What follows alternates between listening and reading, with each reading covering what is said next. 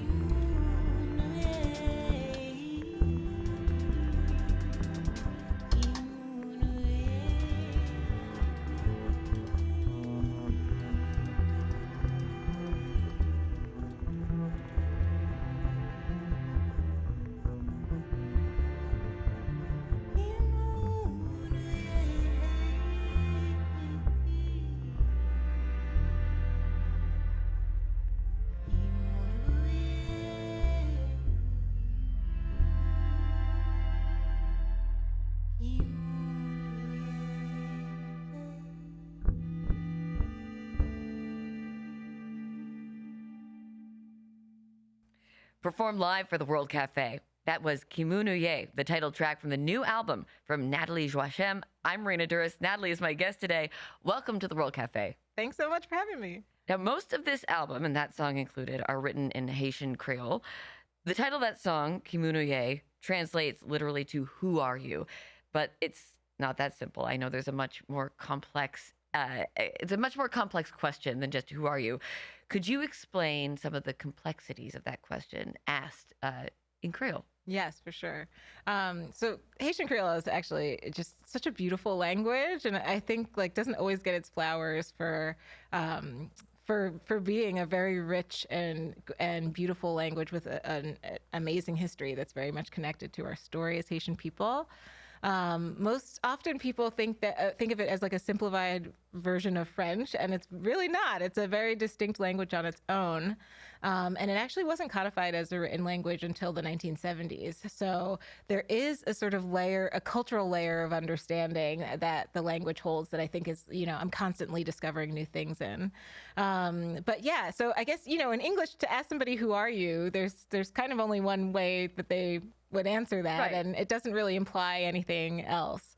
In Creole, though, it does mean "Who are you?" And, to say "I'm Nathalie" is a perfectly reasonable answer to that question. But it also, the sort of secondary meaning of that is sort of, whose people are you? In other words, who claims you, right? Who do you belong to as a family, really, or as a community? And also, even a way of thinking about it is, which person are you? I guess there's a way of interpreting it to mean who are you presenting yourself to be today, right? Even to say to someone that you know who they are, it starts to mean it's something much more else. Loaded. Right, yes. Yeah. I know something more, I have a deeper understanding of your character. I have a deeper understanding of what community means to you, right? Who does anyone claim you, And so it can be a heavy question, but I love it. And for me, it was a point of departure for this record because obviously to ask myself that question meant a lot. And it meant not just, turning the mirror on myself and being honest about who I really am at this point in my life, but also thinking really deeply about what I carry within me that is also connected to the people who have been connected to me for generations, Yeah. The history that I carry within my DNA is something to be explored and cherished too, and also harnessed in beautiful ways. I know one of the sources that you turned to answer the question, "Who are you?" was your grandmother. And I would love it if you could just tell us a little bit about her. Tell us about your grandmother. My grandmother was a force. Our relationship was really centered around music. I like to say now that even with all the pedigree of classical training that I've had, that she was definitely my first music teacher, and perhaps the one who taught me all that I really needed to know about making music. We used to sing songs together, yeah. And she would ask me to tell her about my day, or tell her about things that were bothering me, or tell her about funny things through song. And the only charge was really to tell the stories honestly. Do you remember any of those? Oh my gosh, no. I mean, we were making them up all the time. Some of them I have recorded. When it got close to the end of her life, I started recording her voice because I knew I would miss her, and that I would miss that voice in my life. So I do have some recordings of us singing together, and you hear that on this record, on the track Kembem. She also first appeared on my last record on her own namesake track, Madame Bellegarde. So she's been on 2 records now. She may be on another one yet, but I do wish I had some of the ones from when I was a little girl. We're going to hear another live performance now, the song Renmen, plis. What can you tell us about this song before we hear it? This song for me is we're coming into the season of this song with springtime, summertime, sunshine. It was one of the last songs that I wrote for the record, and feels so hopeful in a beautiful way that I think by the time I got to this point of writing, or this phase of writing, I'd come through all of the other songs, recognizing that like love was still really possible and is perhaps the thing that we all need to be leaning into more deeply in our everyday lives and in our dealings with one another, especially in living in such a chaotic world, that like love is still a thing that's possible. And it's always a thing that can be found. The sort of gist of the song says, Le mwen dit mwen ou, when I say I love you, ou toujours dit Renmen plis, you always say you love me more. And I think that is a beautiful thing to be found in romantic love. I think it's a gorgeous thing to be found just in sentiment and community with other people. And for me also, you know, despite all of the madness, in some way it's sort of representative of my love for Haiti as a place that like, no matter what happens, it always shows me that there is something more beautiful, more deep to be found, and it greets me with love every single time. And so, yeah, I've started playing that as a game with people at shows where I say, we're going to play a game. And when I say I love you, you just always say you love me more. It's an easy way to help you feel really, really good. Yeah, it kind of never ends. It just keeps building and building. We'll come back to talking about Haiti in a little while, but right now, let's hear a live performance of Renmen plis from Nathalie Joachim on World Cafe.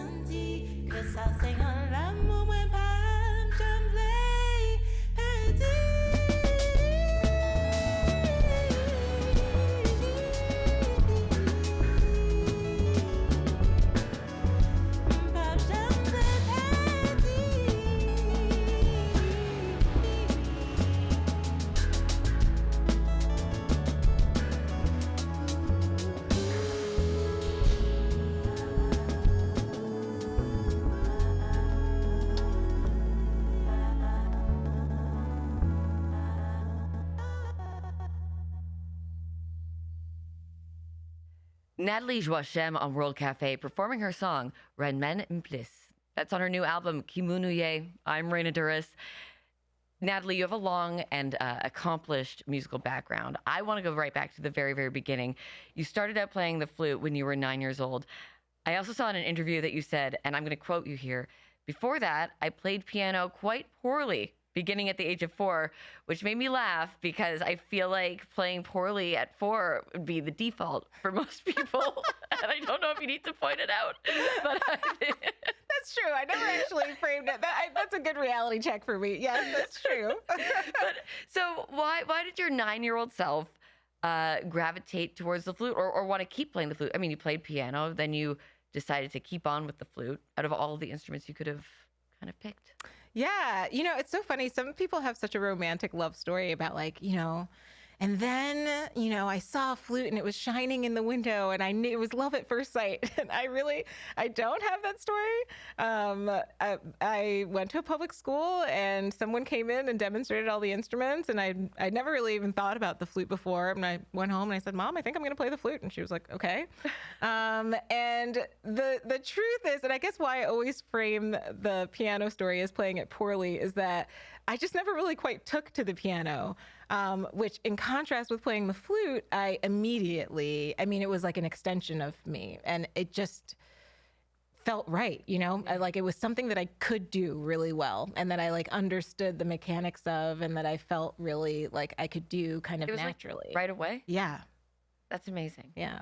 You go to Juilliard, this very serious musical education that you get. I would imagine that comes with pretty serious expectations as well. How did you manage that? How do you manage that? Yeah, I have to say it was difficult. I think especially, at a very young age, again, having started making music really with my grandmother, where there was no expectation of perfection at all. And in fact, just being yourself was perfect, right? And when I got to Juilliard, I recognized right away that, what I was doing with my grandmother was not what was happening inside of that building.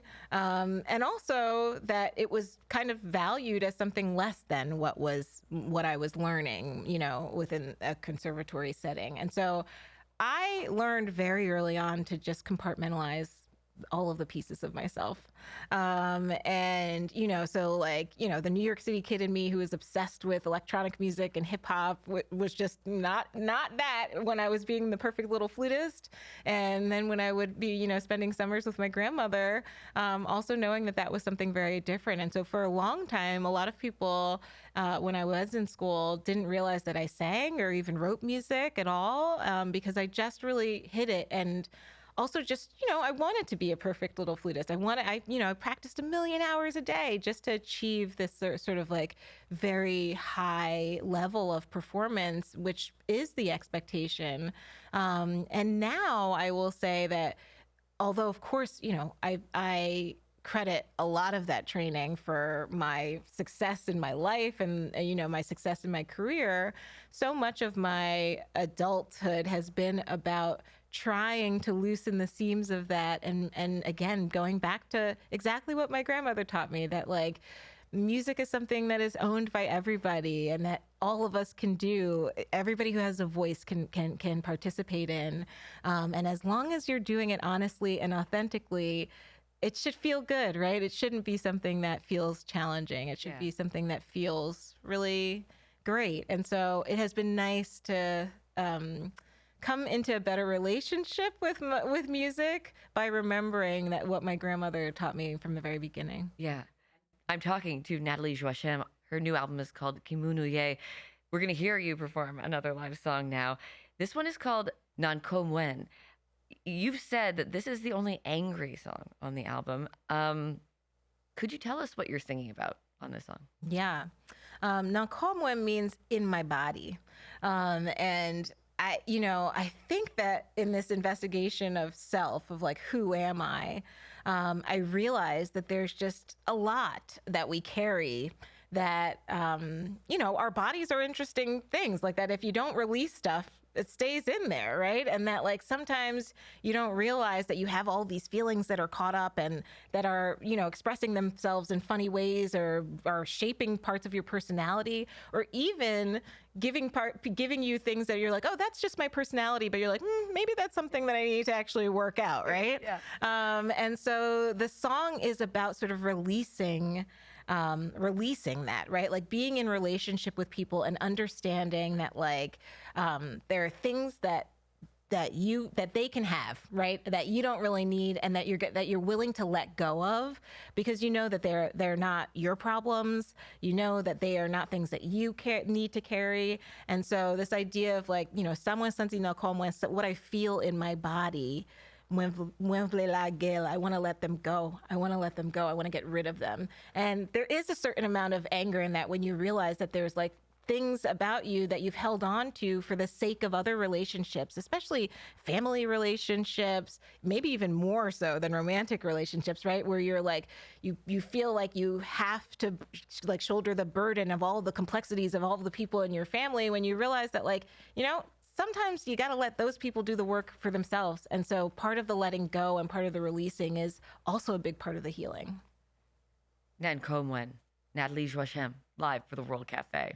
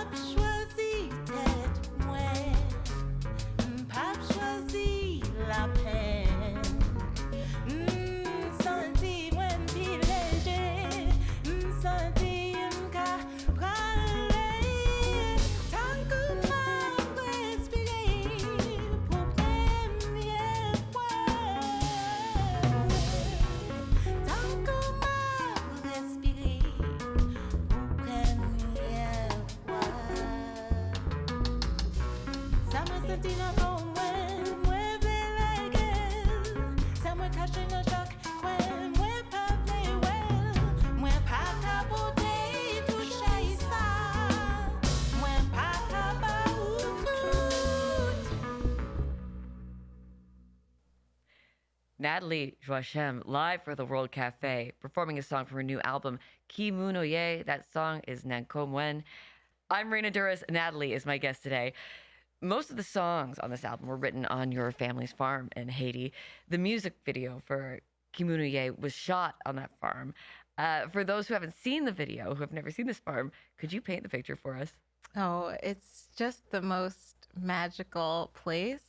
My family is from Okai or Lekai, which is in the southern region of Haiti, and is really known as known for being the kind of agricultural center. I like to say that it's just, to me, it is the most beautiful place on earth.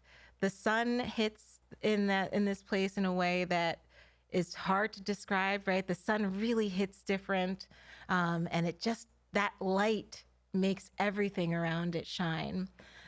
It also shines brightly because of the community members. My family has been on that land for now 7 generations and counting, which also means that all of the people who are, in our tiny little remote village are, people who we've been connected to for as many generations. And so we have been not only caring for one another, but caring for that land together collectively for a very long time. For people who have never been to Haiti, who live in the States, a lot of what they might see, the stories they see, they might think, oh, there's turmoil, there's unrest. Obviously, it's a beautiful place. And I was going to ask you, is there something that you wish more people understood about Haiti that you would like to share?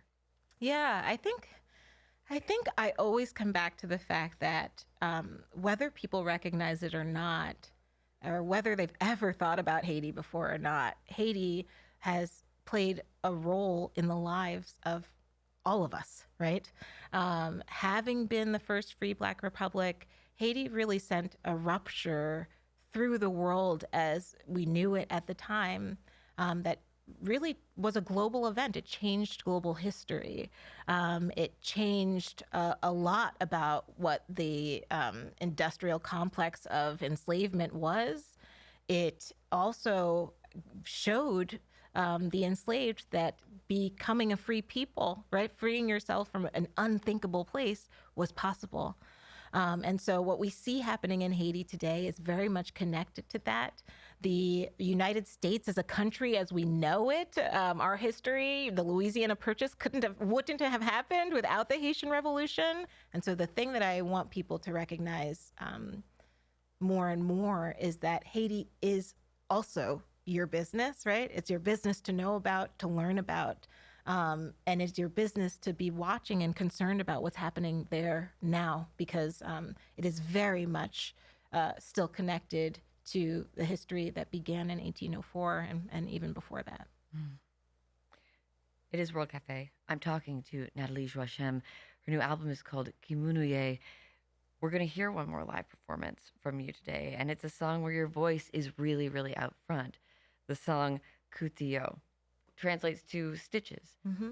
Why did you want to center your voice in a song about healing? Well, I don't know. Unlike Mwen, where I was like, well, let me release some of this anger. Once I got through the anger, I realized that, there are a lot of wounds there, and that as people, we have a tendency, and myself, even as a performer, of course, I have a tendency to sort of present the best side of myself, right? And that can be a challenging thing, people who are fans or believe that you're just this sunshiny person all the time, and they don't really know that, like what you might be going through on any given day.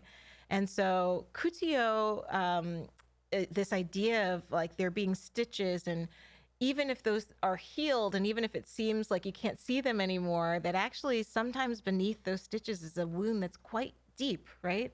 And that in some way it's a metaphor for the concept of like handle each other with care, that you just never know what someone's going through just beneath the surface. And there are times in all of our lives where you encounter someone who has like just a nasty attitude, or they lash out at you in a weird way, or you felt like you greeted them warmly and they didn't greet you warmly back. And the thing to remember is that like everybody is on their own journey, and sometimes it doesn't have anything to do with you at all. It's just that, we all carry a lot, and some of those wounds are not yet healed. So it does mean that like not only should we handle ourselves with care, but that we should handle one another with care. It's a great place to leave it. This is Kouti, performed by Nathalie Joachim on World Cafe.